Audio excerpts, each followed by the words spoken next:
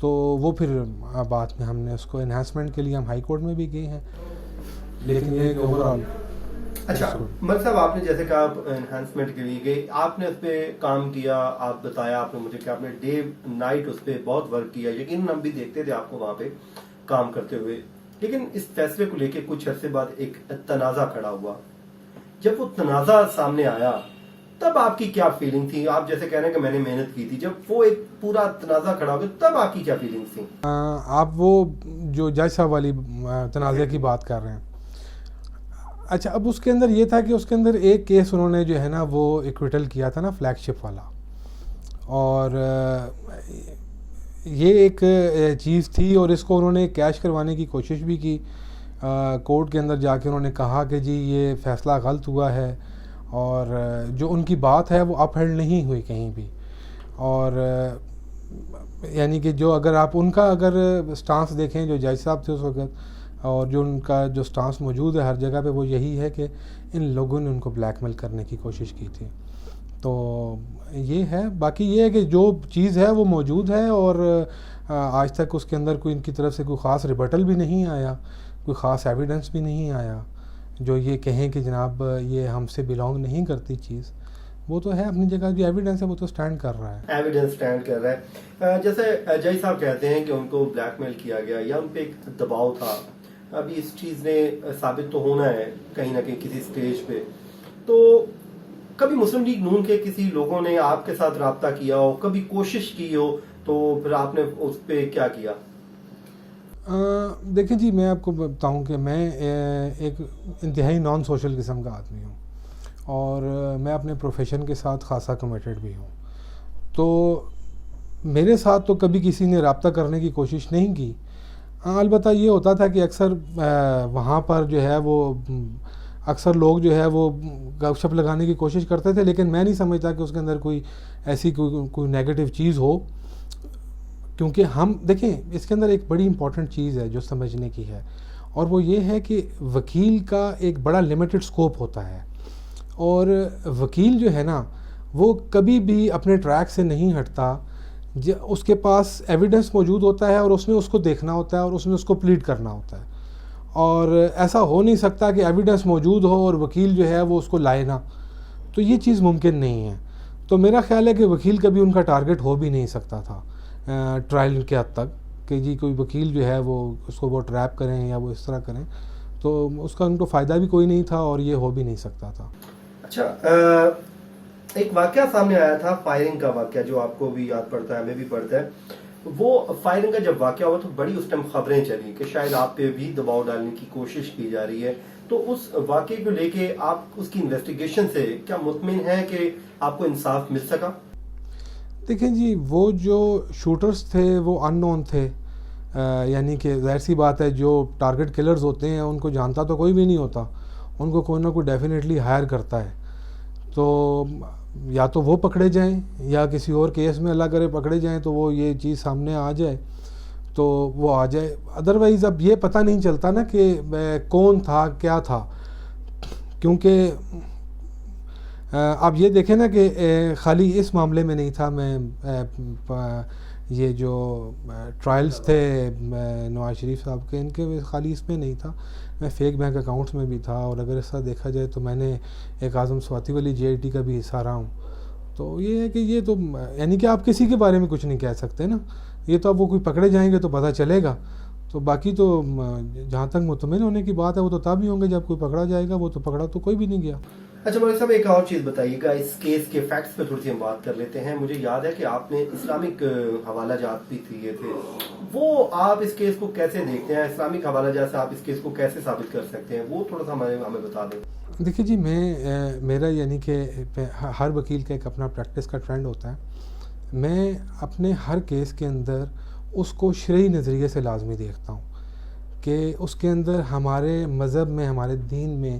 اس کے اوپر کیا احکامات ہیں، یا اس قسم کے ہمارے پاس، کیونکہ اسلام ہمارا ایک مکمل دین ہے نا، اس میں ہمارے پاس پورا ضابطہ حیات موجود ہے، ہم نے زندگی کیسے گزارنی ہے، ہم نے معاملات کیسے رکھنے ہیں، اس میں سب کچھ موجود ہے، تو آپ کو یقینی طور پہ اس میں سے ہر چیز ملتی ہے، اور یہ میں نے اسی لیے دیا تھا، اسلامی جو ریفرنس دیے تھے میں نے اپنے مذہبی ریفرنسز میں دیے تھے، اور اس کے اندر ہمارے پاس بڑی مین مثال موجود ہے حضرت عمر رضی اللہ تعالیٰ عنہ کی، کہ جس وقت ان سے سوال ہوا تھا، اور جس وقت وہ انہوں نے 2 چادریں جو ہیں وہ زیب تن کی ہوئی تھیں، اور ان سے جب پوچھا گیا تھا، ایک بندے نے، ایک عام آدمی نے ان سے پوچھا کہ جی آپ کو ہم سب کو تو ایک ملی ہیں، لیکن آپ کا وجود تو اتنا ہے کہ آپ کو ایک جو ہے وہ پورا نہیں ہوتا. تو پھر انہوں نے، حضرت عمر نے ہر چیز بتائی. انہوں نے یہ بھی بتایا کہ یہ جو چادر ہے، دوسری چادر، یہ بات ہماری ٹھیک ہے کہ یہ میرے پہ ایک پوری نہیں آتی، دوسری چادر میرے بیٹے کی ہے، اور میرے بیٹے کی وہ چادر ہے جو اس کو اس کے حصے کی ملی تھی. تو یعنی کہ یہ بڑی امپورٹنٹ چیز ہے، یعنی کہ انہوں نے یہ کہیں نہیں کہا تھا کہ آپ ثابت کر دو، کیونکہ ایک ذمہ داری تھی نا، ٹھیک ہے، اور وہ آنسریبل تھے. تو یہ بڑا امپورٹنٹ جو ہے وہ ہمارے پاس، ہمیں یعنی کہ آپ کسی بھی معاملے میں چلے جائیں اور کسی بھی حوالے سے چلے جائیں، ہمارے دین کے اندر ہمیں ہر چیز پہ مثال ملتی ہے، ہر چیز میں ہدایت ملتی ہے.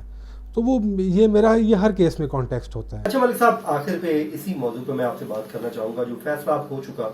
ہائی کورٹ میں اپیل پینڈنگ ہے،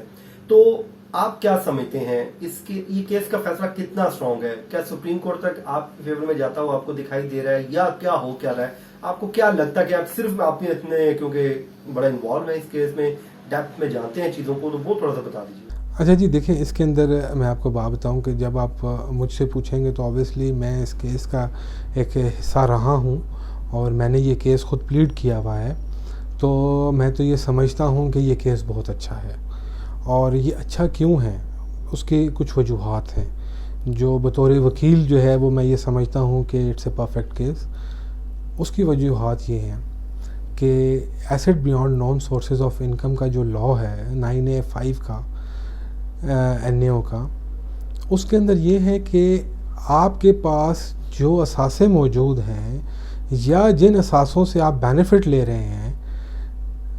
وہ آپ سے بلانگ کرتے ہیں، اور ان کو آپ نے جسٹیفائی کرنا ہے.